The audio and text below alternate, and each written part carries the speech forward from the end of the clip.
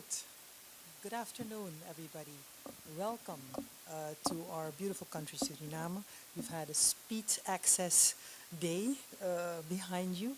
I hope you can still find some of the moments to enjoy the beauty of our country, of our people, and of course the food. Don't forget the food, very important. Uh, Goedemiddag, dames en heren van de pers. Mag ik u bij deze van harte welkom heten namens de minister van Financiën en Planning, de heer Agoubassine, om natuurlijk onze delegatie hier in Suriname te mogen verwelkomen. Mag ik namens de minister van harte welkom heten, His Excellency Dr. Al-Jasser Mohammed Sulaiman, President of the ISDB. And of course, we'd like to welcome the members of his delegation as well. Dr. Sobir Kumilov, Manager Latin American Region and the Paramaribo Hub. Dr. Mohammed Al-Wasabi, Principal Executive Assistant to the President. Dr. Mohammed Jamil Yushayu, Manager Communication and Outreach. And Ms. Nora Musin, Senior Outreach and Media Relations Specialist. Thank you all for joining us and of course the press for your attendance. We will give the minister the opportunity to give a short presentation, 5 minutes, on the visit of His Excellency and his delegation members, and afterwards the President will have the chance to address you. After that, we will have a brief moment for questions for our distinguished guests. Thank you, Mr. Minister.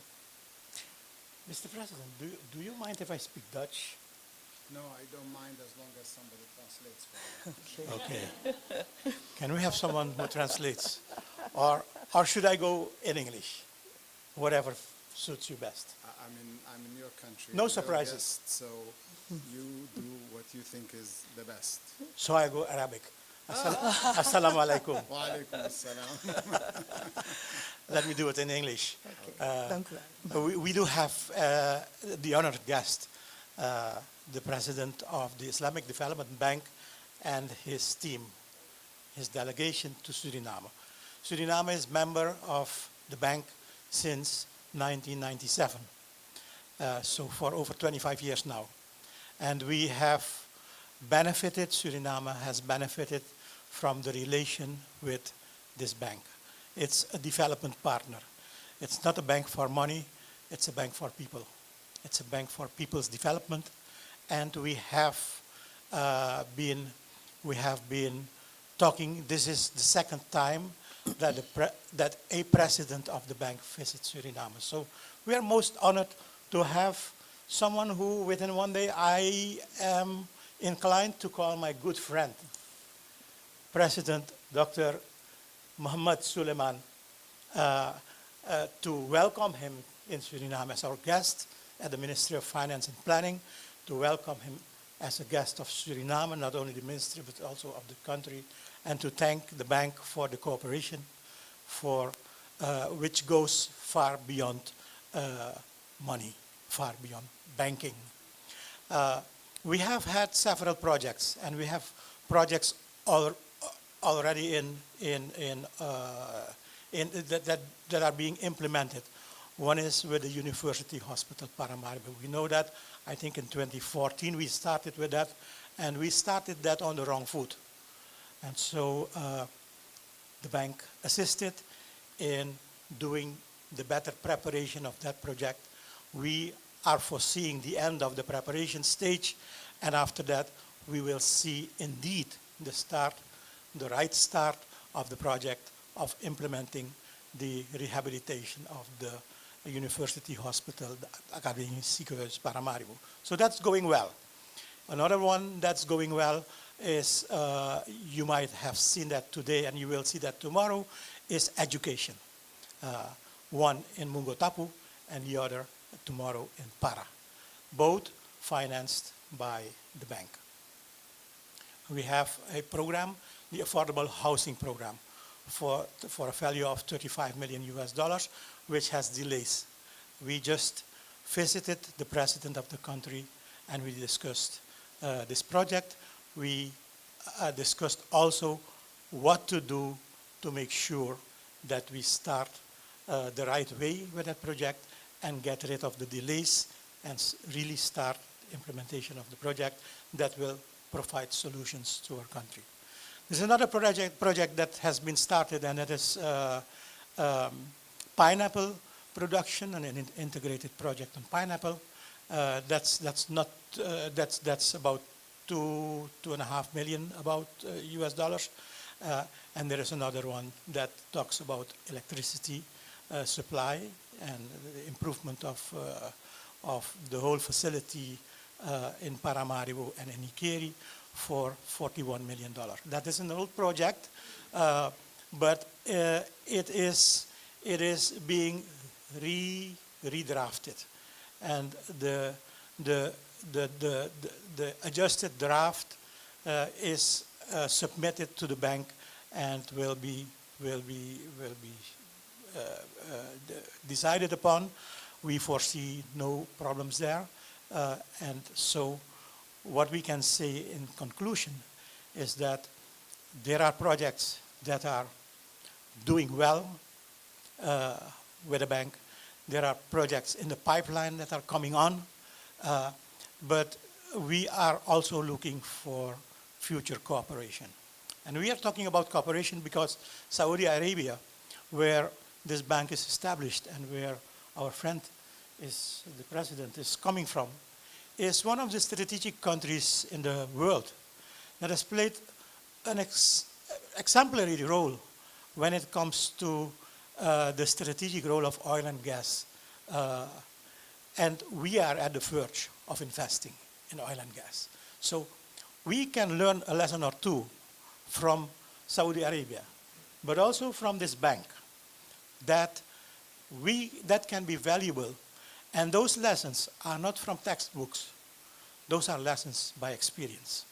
So I invited our friend, I requested him to please share a couple of these lessons with us about how to protect when you earn a lot of money from oil and gas, how you protect that and make sure that it works for all of the people. That he was with the IMF and in the management, in the top of the IMF, what he learned from that and what it is we can learn from him in that respect. So what he brings to the table today is far beyond money. Because when we talked today with him in the Ministry of Finance, of course we talked about projects and money. But that was not the main part of it. The main part was development and people. The main part was governance and making sure that when there is progress, when there is oil, when there is gas, when there are investments, how to put them to work for the peoples of this country. What the Islamic Development Bank did bring to the table today was so much more, was far beyond funding and money. So I thank my good friend, Mohammed Suleiman, for the good cooperation that we have cherished for 25 years, but also from the wisdom he brought to the table today and we can benefit from. So I think I would leave it at that. Thank you very much for a short and clear overview of what the relations between the Islamic Development Bank and Suriname has been up until now. May I invite His Excellency Mr. Sulaiman for his short briefing on his impressions of Suriname and of course the results of the talks that have been today. Thank you. Thank you, Odette. And thank you. I don't think we're just friends now. I think we're brothers. So if you don't mind, I'll call you Stanley. And I felt most welcome since I touched the land of this beautiful country of yours. It may be small in numbers, may be small in size, but it's big in terms of its ambitions, and it's bigger in terms of its potential, particularly its human capital. People I have met with have given me a lot of hope that even if we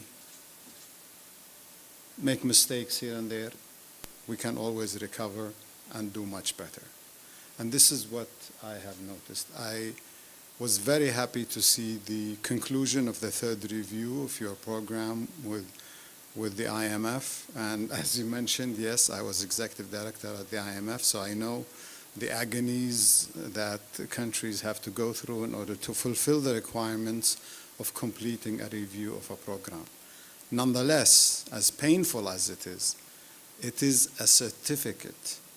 It is a certification that the country has embarked on a sustainable macroeconomic path. And as difficult as that may be, it is a very important element of moving forward because investors get their signals from such certification. And I'm not talking about international investors, even domestic investors, because that means the monetary and the fiscal and the structural elements of economic policy are well aligned, well orchestrated, and are set to achieve the goals of economic policy. So congratulations on that. And as to the Islamic Development Bank, I think you have said most of what I would want to say, except to say that we in the Islamic Development Bank, we are in the business of development. I mean, the word bank may be even a misnomer. We are dedicated to maximize development among the membership and the citizens. We have about 1.5 billion Muslims around the world that we try to help. Of course, that's a huge order for us to be able to do it. But more importantly, when we finance a project in a country, the Muslims will benefit, but just as importantly, their neighbors of non-Muslims benefit equally. There is no differentiation whatsoever when we finance projects in any country, in any community, because we are dedicated to the service of humanity. We're not just dedicated to the service of Muslims. Humanity is what we care about. And this is very well ingrained in the culture, in the corporate culture of the Islamic Development Bank, and I am determined to ensure that it stays that way for eternity, inshallah. The projects that we have financed, that the Minister mentioned, are all about the well-being of the citizens of the country. It's all about human capital. Human capital, what do they need for a decent life? A shelter? So that's housing. Education, today the President of the Republic inaugurated one, and tomorrow together we will inaugurate another one we financed. And then you have the third project is on Healthcare? in the healthcare, yes. I mean, you know, if a citizen is not healthy, he or she is no good for anything because they cannot contribute their potential. They cannot use their potential to help themselves, their families, and their community. So those three really summarize what it is that we in the Islamic Development Bank focus on. I have visited many countries, for example, in Africa, and I have seen how transformational some of our projects, even if they were small. I was in the Gambia, and the president tells me, Muhammad, look, these two towns, and the Gambia is a small country to start with. He said, those two towns, it used to take us 12 hours by car to get from one town to the other. You gave us that loan, we built a road, now it takes only 4 hours. He said, you just imagine how transformational it is for the quality of life of our citizens just to build that. Dakar, Senegal, crowded, people can't get anywhere to anywhere, from anywhere to anywhere. We helped finance a metro. For the first year, the metro carried 17 million people in the city of Dakar alone. The whole country is 17 million people. it reached the level where they started rationing who can board. From each station, they only allowed 50 people to board. Because if they opened it for everybody, the first station will fill up the metro. There will be no space for people waiting in the second station, third station, fourth station. Only last month, we approved an expansion of that metro. So imagine again, what is that going to do to the lives of people who don't have cars, don't even have scooters to get anywhere? What will that do for their lives? I was in Indonesia. There was a slum rehabilitation program that the government, a very enlightened government, had put together. We took part in that. We took a segment of it. It was villages of fishermen and their families. Well, pollution of the water coming from the ocean killed all the fish. So their livelihood was killed. And they were living in slums, really primitive slums. So we came and we discussed with the Indonesian authorities, and they have discovered that a plant called mangrove actually eats, if you will, the pollution. So we planted mangrove trees along the channels that come from the ocean to the villages, and then a couple of months, the water was clean, the fish was back. So life and livelihood was back. We demolished the old slums. We rebuilt, very simple, but at least they have a bathroom and a kitchen. And I visited them. I couldn't stop crying because all the old ladies were looking like if we were angels that came from the sky. These are the types of projects that we look for at the Islamic Development Bank. We feel for the basic needs, basic human needs of the beneficiaries, and we go and try to help. Not always successful, so don't misunderstand me, that we're not perfect. We have our own failures, just like any other human being, but we try our utmost to find those projects with the highest value added to the community, and especially to those least able of our community. So in the Islamic Development Bank, we value the relationship with Suriname, and we want to enhance our cooperation. We want to help expedite the development and deepen the development of the country. Particularly, as I mentioned earlier, I've discovered you have quite an impressive human capital base. You can be the health tourism hub of the whole Central America and the Caribbean. You can export doctors and nurses and medical technologists to these areas for them to work, to help, and to make remittances, and to develop, to come back and build hospitals and do all of the good things that good citizens are capable of if they are given the opportunity, and particularly if the nation had given them that good education. And that's why we wanted to be involved in that educational hospital, because it will help graduate and train more doctors, more nurses, more medical technologists. And of course, you have the Amazons. I mean, you are the nation that is negative carbon emitter. You know, you produce more oxygen than you're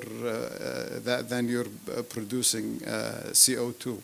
You're doing great, and also with oil and gas having been discovered, I think it will be very important to manage it well for the future generations of this nation. And even though I know you have some Dutch connections, so some of them are good, but stay away from the Dutch disease, because that could kill you. Those who understand the economics of it, because no pun was meant. And really make sure that the oil company is so well ring-fenced from any political and other interferences. This is very important because this is the jewel of the crown, and you want it to be respected not only by the citizens of the country, but by all international investors outside, because it tells them a lot about the nation and how it's managed and how its corporate governance is done. The same thing, I would say, for the central bank, because that's another institution that very few people understand. You need to ring fence it, make sure that it sets monetary policy based on the real needs of the economy and not to give misleading impressions about the value of the currency or the value of the interest rate or what have you. So you have a lot going for you. We're here to help. We're here to learn, but also to help. So, Mr. Minister, I really wish you, and the President was so gracious. He gave us a lot of time of his heart and mind, and I just hope that all of these dreams will be realized sooner rather than later, because every nation, every people deserve something better, especially if God has bestowed them with such endowments like you have in this country. So thank you very much, Mr. Minister. I wish you all the best, and I wish your country all the best, and I'm very optimistic about the future of this country. Thank you very much for your gracious words. I think I see the minister nodding, so I think that we agree, and I'm sure that we appreciate, definitely. I'm now directing my attention to the members of the press. Is er iemand die een vraag zou willen stellen? Graag in de microfoon hiervoor, zodat het ook in de live-uitzending van ATV te horen is voor de kijkers en de luisteraars. Natuurlijk uw naam, het medium en aan wie u uw vraag wil richten. Mag in het Nederlands, dan help ik vertalen. Dat mag. Okay. Well, I'll try in English. Good afternoon. Great. Thank you. Good afternoon. My name is Annelies Brinkman. I'm from the Netherlands, but I'm living in Suriname for 14 years already. So Lucky you. yeah, thank you. Maybe it's a little bit, well, not out of order, but I'm really interested in if there are, how many people are already in the... Wel, ik ga het toch in het Nederlands even doen, meneer Rambassen. De speciale leningstelsel van de Islamic Development Bank. Hoe noem je dat ook alweer? Dus ik ben benieuwd of er nu al veel ondernemers zijn die via de Islamic Development Bank... Ja, dus die financiering en hoe dat gaat. Want het is toch net een beetje anders dan we gewend zijn. Okay. The question is, she would like to know how many people are making use of the way that the Islamic Development Bank is designing their finances. How many people are using it now? And can you explain a little bit about the system? Because it's a different system than what we're used to in our banking system. De echte ondernemers, de kleine ondernemers. Are there small entrepreneurs also making use of the funds that are available from the Islamic Development Bank? So that's two questions. Excellent question. Islamic finance is not much different from conventional finance. The only difference is that it has to be based on equity. So you don't go money for money, but equity for money, in the sense that when you borrow against an asset, a real asset. And this helps reduce any speculative bubbles that you may have when it's just cash against cash. That is the most important difference. Other than that, we do everything that commercial banks do, and there is also the cost is non-usurious in the sense that it is only what the sukuk, which is similar to bonds that we issue to finance our operations, and we only put the margin which is for the salaries of our people, and that's it. So we don't take any profits at all, and therefore the cost of borrowing, if you were to go to a commercial bank or to the Islamic Development Bank, of course it will be much, much lower. We have programs to lend women and young people who are aspiring to be entrepreneurs. And we do it in urban areas or even in pastoral areas. I was in northern Nigeria, and we had a program where we were helping women who want to be entrepreneurs. So we're helping them get goats and start their own herds. So they become herders in their own right. So that is very important for us also. These are all small businesses that really keep families together. I think Ms. Brinkman wants to know if there are also small entrepreneurs in Suriname being supported by the bank. Ja. Yeah? Hoeveel zijn er al?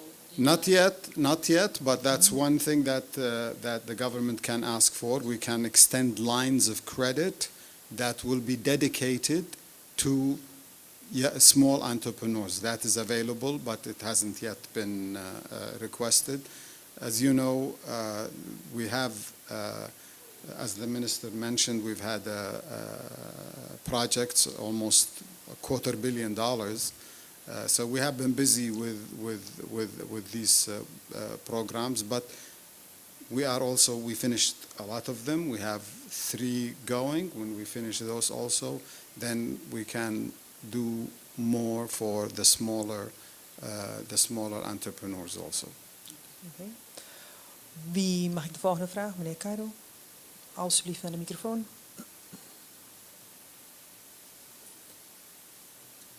Good afternoon. Good afternoon. I'm Ivan Cairo from the Waarheid. The question I have is for both gentlemen. Minister, you have mentioned the AMC project that started on the wrong foot, you said. I would like to know, now there are discussions to revitalize this program. What are the safeguards and guarantees that this time around we start at the right note? And the first project was listed for $70 million. How much will it cost now, and when will we see the start? And the second question is, Mr. Suleiman, you mentioned the transport projects in other countries. Is there any talks with the government to look into also transportation and on the other infrastructure project in Suriname? Thank you. Dank u wel. The, Misschien de vraag over AZ eerst beantwoorden? Yes. Ja? the reason why the project on the university hospital started on the wrong foot was in the preparation of the project. There were difficulties in the preparation stage, and in fact, in the end, the whole preparation was considered, well, let me not say failed, but not adequate enough to proceed. So with technical assistance from the bank, we started the preparation the way it should be done. So it is doing good. It's making progress.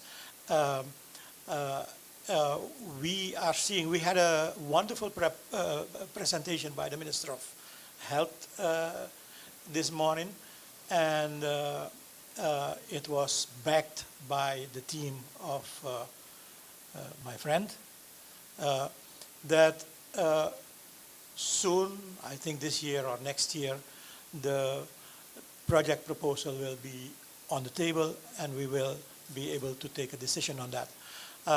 I'm not quite sure what the amount of investment it is we are talking about, but it will be at least at what it was. But more important than that is that we talked about when we make investments of these amounts, we have to take care also for management and sustainability. Make sure that once you put the project in place, that you in advance also during the planning stage think about how to manage it, that it can serve the population for a very long period of time at adequate quality, and how to make it sustainable. And cost recovery is part of that thinking. So I must say that we were, all of us, including our friends from the bank, we were on the same spot in those terms. But we can foresee that, I think that between now and a year, the preparation will be finalized, and will be in a decision stage. I think that the start of the implementation is projected for, I think, the first half of 25. I thought that I saw that. And if not, it must be earlier. But it's on the right track. We are very positive about it now. It takes time, but it's not a small project. It's quite big, and it's quite important. So we must make sure that we take time. When it sits there, once it sits there, we must make sure that people can benefit from it for a very long period of time in a good way. Okay, and the second question was regarding if there are any requests from the Surinamese government regarding transportation support. There hasn't been in the past program that we had with the government, but this is coming to a close, and now we're embarking on discussions for the next program that we will be doing with Suriname. And I will be surprised if there aren't any that are in the transport sector. But I want to emphasize also, this is one of the differences between, let's say, the Islamic Development Bank and other institutions. We start from where the governments end. We don't go and intrude and say, oh, you should have this or you should do that or anything. No, we go, and when they have a plan and they're finished, we go and discuss it with them and see what we can do, what can we help with. And that is why the Islamic Development Bank, I always say that it is of the South, from the South, for the South. Because this is the only large multilateral development institution that doesn't have the Americans, the Europeans, the big guns as members. I have nothing against them, but we are totally 100% South-to-South institution. And that's why we care so much about South-South cooperation also. There is a lot of work that we are doing. We call them reverse linkages, and we call them South-South cooperation. And we're doing a lot of work because we want the South to help itself also, share the knowledge between the South and South institutions. And we have found a lot of good things. I mean, one of the programs we have that is connected to South-South cooperation is the avoidable blindness program. In West Africa, that's a very prevalent issue. So we have, from the South, countries where there are ophthalmologists that are donating their time to go and do operations in West Africa. What we do, we take care of the logistics and bring them somewhere where they operate. So one, they take care of the problem of this person and avoid, therefore, blindness. Second, the local doctors, if there are local doctors, are learning, practicing through that. And you know, there is something that I didn't know, and that is really disheartening. I heard that in parts of the world, and here in Africa, if a family has a blind person, they will attach a young girl to that person so they don't fall, they don't, because they don't have the instruments that blind people have. So what happens is that this poor girl is attached to this person if this person is blind. And therefore, if we cure that person's blindness, then we will have saved two people, not just one person. Very touching stories. Only if you go to the field would you learn about them. They remain hidden from the world, unfortunately. Our job is to try to change that. And we're proud of what we do. It may not attract the big institutions like other, but we are happy to be involved in that, and we will do our utmost to help. Thank you very, very much. I really appreciate this opportunity. I'm sorry that the time has taken us, but everybody has been generous. The President, the Minister, the Vice Speaker of the Parliament, and the Minister of Foreign Affairs, Minister of Agriculture, Minister of Housing. We've had a lot of discussions today. Of course, the staff of the ministry, and it has been an eye-opening experience, and I look forward to seeing the fruits of this hard work, inshallah. Thank you very much, His Excellency Sulaiman. En of course, de minister, Raghuvarsingh. Hiermee zijn we aan het einde gekomen van deze persbriefing. Hartelijk bedankt voor jullie aanwezigheid. Natuurlijk ATV voor de live-uitzending, want dat brengt de boodschap direct naar de mensen toe. En we hebben de gasten nog 2 dagen in Suriname. Er zullen morgen ook nog persmomenten zijn waarbij de gemeenschap meer geïnformeerd wordt over wat de Islamic Development Bank allemaal aan het doen is in Suriname. Hartelijk bedankt voor uw aandacht, bijdrage en natuurlijk de ondersteuning van alle teams hier in de Kamer aanwezig. Thank you so much. Enjoy your stay in Suriname. They will bring you through the ringer for the next 2 days, but I hope you will enjoy it. I'm sure of it. I'm already enjoying it. Yeah, thank you so much. Thank you.